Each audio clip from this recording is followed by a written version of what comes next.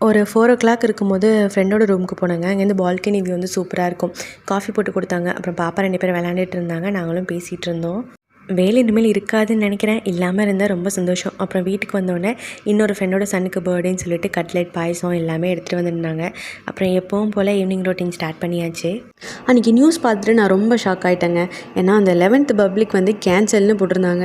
அப்போ எங்களுக்கெலாம் வந்து இப்போ நாம் யாருக்கு என்ன தீங்கு செய்தோம் அப்படிங்கிற மாதிரி தான் இருந்துச்சு. ஏன்னா நாங்கள் ஃபஸ்ட்டு 11th போகும்போது தான் எங்களுக்கு இந்த பப்ளிக்கு அப்படிங்கிறத கொண்டு வந்தாங்க.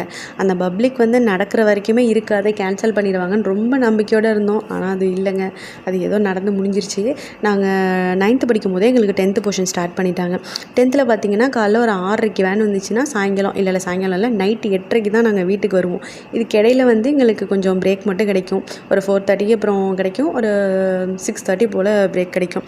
அப்புறம் சனிக்கிழமை ஸ்கூலு, ஞாயிற்றுக்கிழமை ஸ்கூலு, காந்தி ஜெயந்தி, தீபாவளி, பொங்கல், ஆயுத பூஜை, ரம்ஜான் இதுக்கு மட்டும்தான் எங்களுக்கு ஸ்கூல் லீவு. பாக்கி எல்லா டேஸுமே ஸ்கூல் உண்டு. அதில் இந்த சாட்டர்டே சண்டே அப்படின்னா மட்டும் ஈவினிங் ஒரு 4:30க்கு விட்டுருவாங்க. நாங்கள் 10th படிக்கும்போது எல்லோரும் சொன்னது 10th ஒரு வருஷம் கஷ்டப்படுங்க, அப்புறம் 11th ஃபுல்லாக ஜாலியாக இருக்கலாம் அப்படின்னாங்க. எங்கே ஜாலியாக இருக்குது, அதான் பப்ளிக் வச்சுட்டாங்களே. அப்புறம் மறுபடியும் 11th இதே தான், காலைல ஏர்லியாக போகிறது, நைட்டு லேட்டாக வருது, இதே மாதிரி தான் நடந்துச்சு. நாங்கள் 12th வந்ததுக்கப்புறம் தான் இந்த ஈவினிங்லாம் கொஞ்சம் டைம் ரெடியூஸ் பண்ணாங்க. ஒரு 6:30 போல் விடுறது இந்த மாதிரிலாம்.